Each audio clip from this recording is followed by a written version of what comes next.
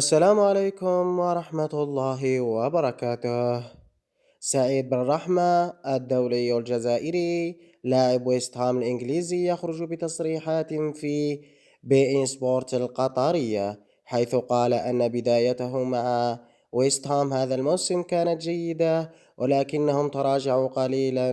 شاهدوا تصريحات بن رحمة.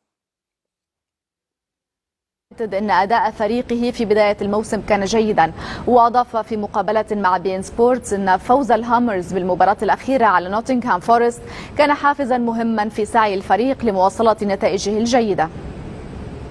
هذا العام بدينا مليح ومن بعد شوية ما كناش ملاح. الحمد لله اون نخدمو باه نعاودو نطلعو في لا بون بوزيسيون باسكو اون ني با لا بون بوزيسيون جو بونس. مي لو داني ماتش الماتش اللي فات ربحنا، نقدر نكملو في هذا المستوى ان شاء الله. حاجه كبيره لخاطرش هذه التروفي تاعي الاول، فرحت بصح الحمد لله. وجيسبر هذا العام تاني اوروبا ليغ ان شاء الله نروحو نربحوها ونخدمو.